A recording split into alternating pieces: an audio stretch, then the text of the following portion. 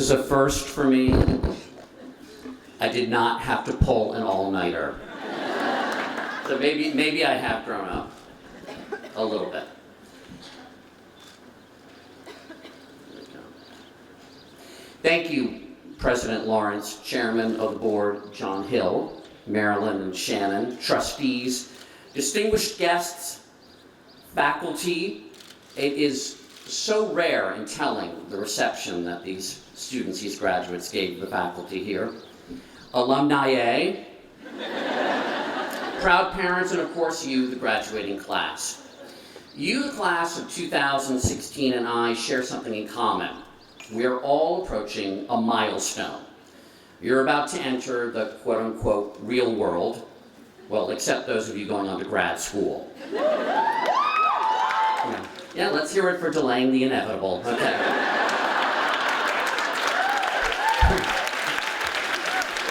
All for buying time. Okay. And next week, I'm going to my 25th college reunion.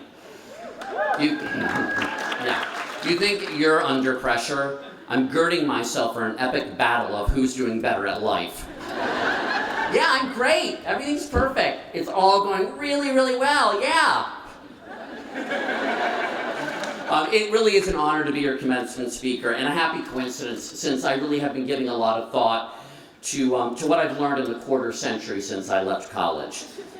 Many people will tell you, as they told me, that time is of the essence.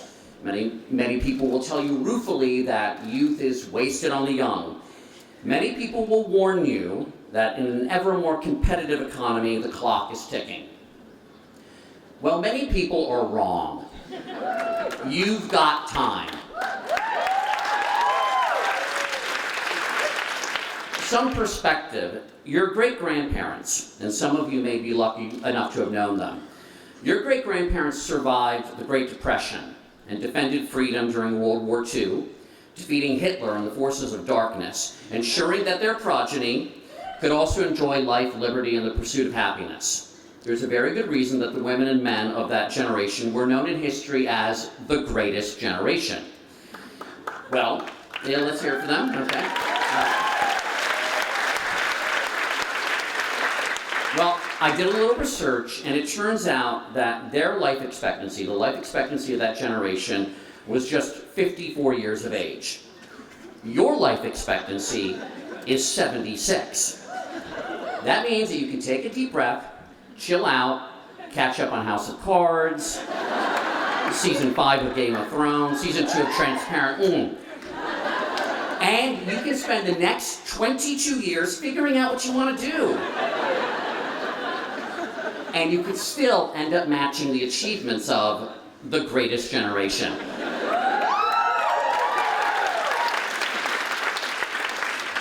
Now, before any parents rush to the stage to strangle me, let me explain. Some of you may know exactly what you want to do or who you want to be. Okay.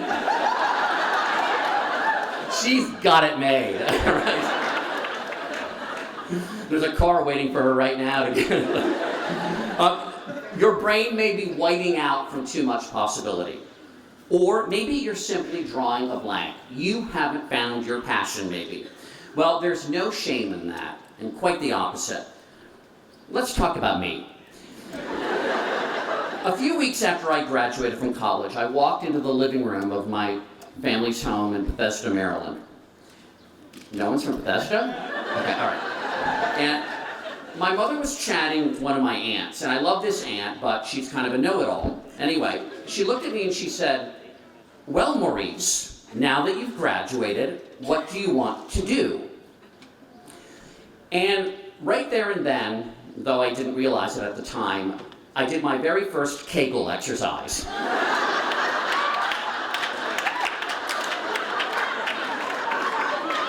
Yes, men have those muscles too.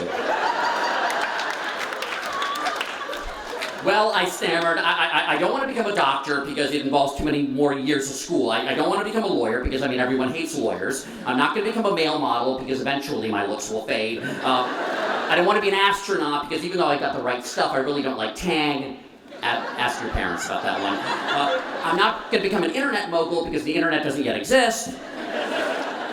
My aunt cut me off, and she said, "You've told us what you don't want to do, Maurice, but what do you want to do?" I knew I wanted to do something creative. Performing, presenting, I knew it would involve writing. I didn't know what it would look like, though. It would have to be my own creation, and probably a struggle to figure out. I was excited. Well, excited and scared. That's an Into the Woods quote for all you Sondheim nuts. So I did what most people do when a clear path doesn't present itself. I moved to Japan to study kabuki. And to teach English, to support myself there. Eventually, I moved back home. I earned money as a roller skating waiter, then made my way to New York City, where I auditioned for musical theater, eventually getting cast in the Southeast Asia tour of the musical Grease. Standing room only in Jakarta. I played duty. From kabuki to duty. Those were the first 3 years of my life after graduation. They may seem random, but I believe I was doing the best thing you can do when you don't know exactly what you want. I was saying yes. Then, a great opportunity came my way. My friend Stephanie dreamed up a show for PBS about a Jack Russell Terrier who in his fantasy life becomes the heroes of classic novels.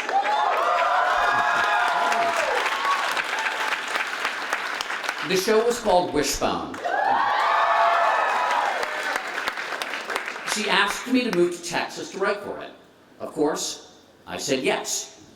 Writing on that show meant taking some of the greatest stories ever told, the books I was supposed to read in college but hadn't, and you probably have, and retelling each in a half hour for kids with a dog in the lead role.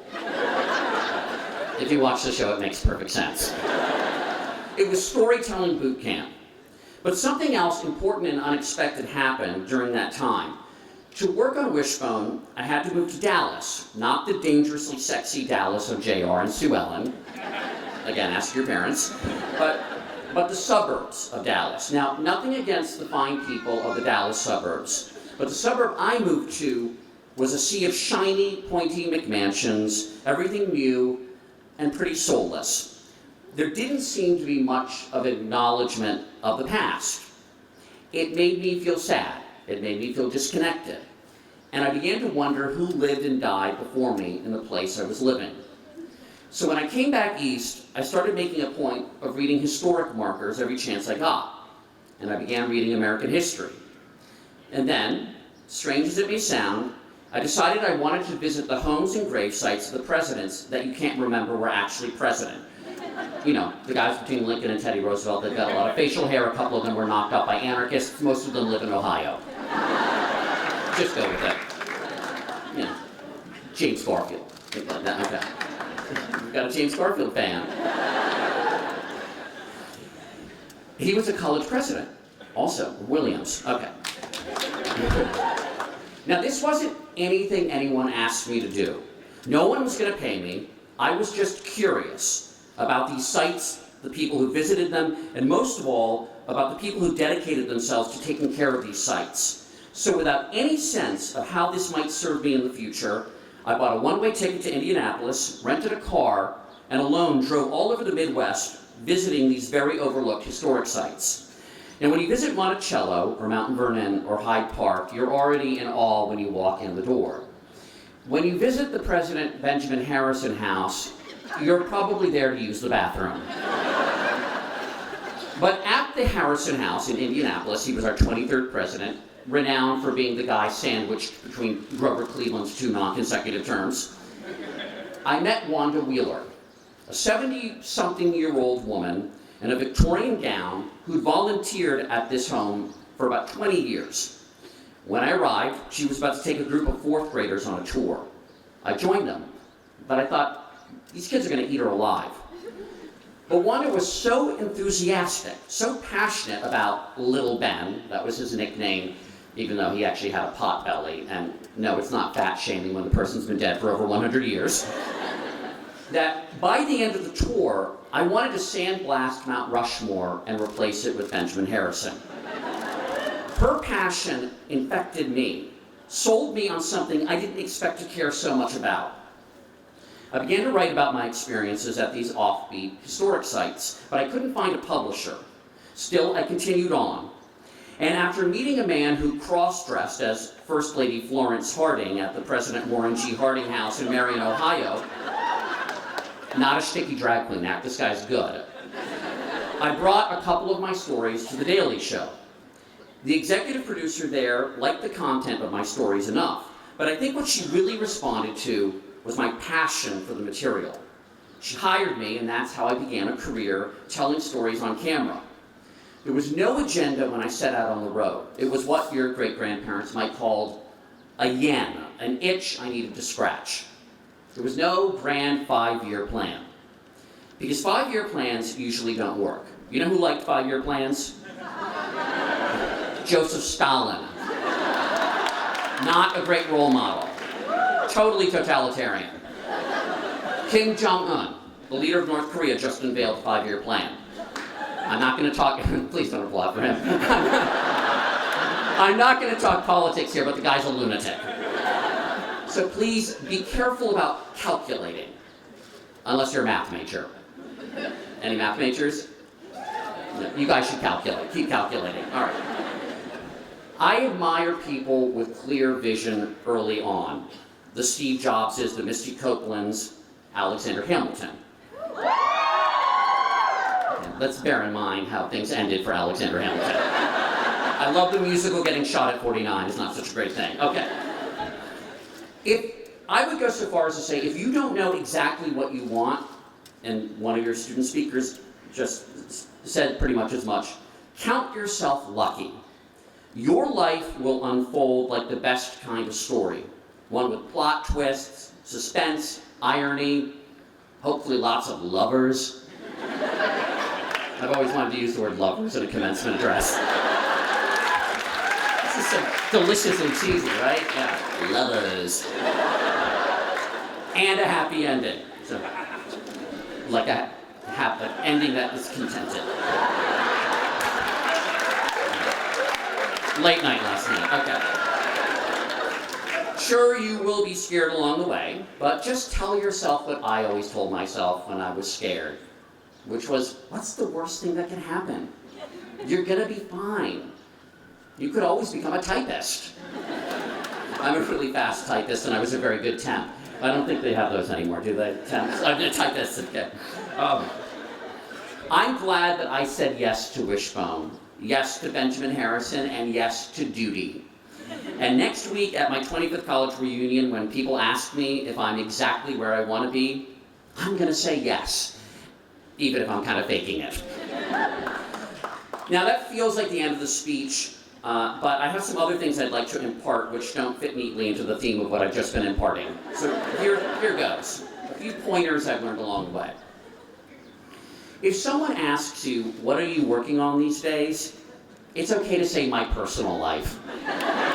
Because it does require work.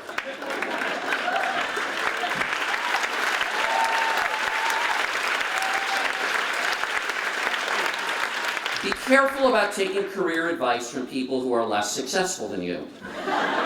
Too often, their advice is to not go for it. Do not take romantic advice from people who have been single for more than 5 years or divorced more than twice. I've spent years calibrating this formula, and I think I finally nailed it. Do not share a wet dessert on the first date. This is not a euphemism, not a metaphor. It's just gross. Cheesecake is right on the line. It's not wet, it's only moist. And yes, I know you hate that word. Sharing a wet dessert is like sharing soup for an appetizer. Ugh. It's never too early to ask yourself if what you're pursuing has any real meaning. Everyone I know who has given up a high-paying job for something they care about has never regretted it.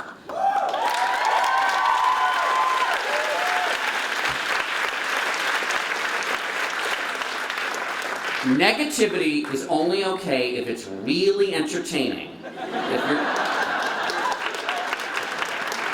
If you're just gonna sit around bitching, you're wasting everyone's time.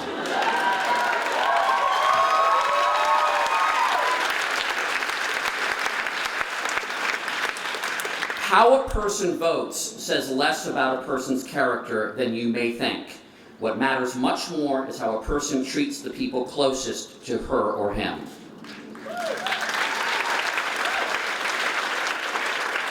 This is for the guys only. Guys, as you get older, do not dye your hair or overly whiten your teeth. Just don't do it. You will look embalmed. And God willing, Botox will never become a thing. At your wedding, and I'm not telling you you should get married, and I'm certainly not telling you whom you should marry, but at your wedding, please do not have heavy hors d'oeuvres and a sit-down dinner. No one will want to dance.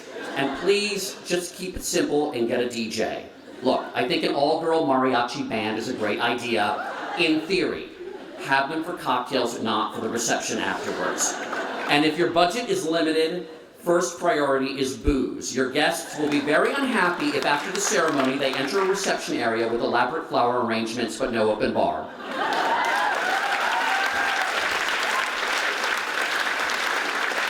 And that's the only thing you're going to remember from this. Okay.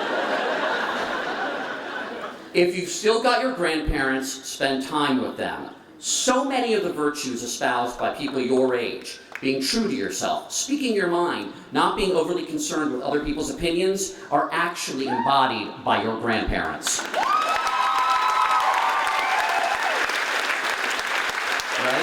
Right? Beware of the feedback loop of social media. Yes, it's an audience, and the promise of instantaneous reaction is tempting. But there's so much to be said for keeping things to yourself, incubating and protecting them, rather than putting something out there that's not ready to be put out there. Who you are, your voice, is not something to be crowdsourced.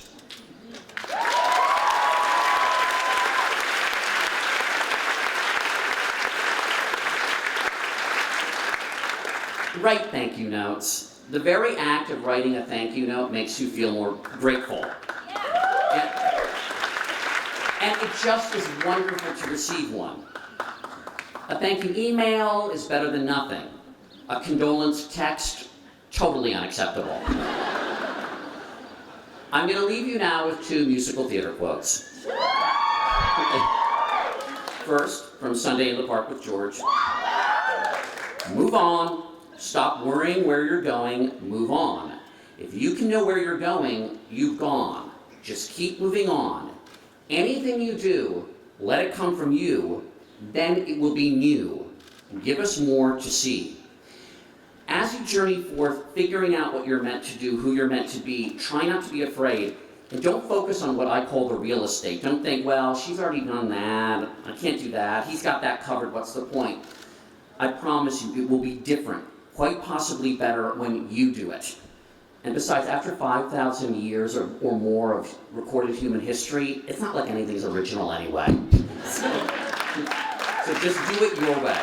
Don't be afraid of doing what you actually want to do.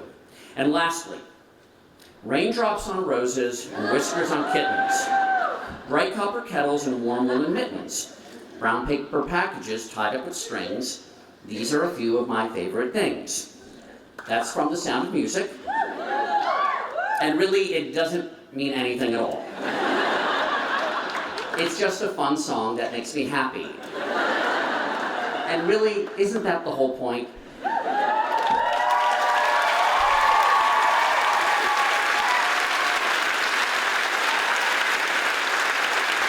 So, congratulations to Sarah Lawrence College's Greatest Generation 2.0.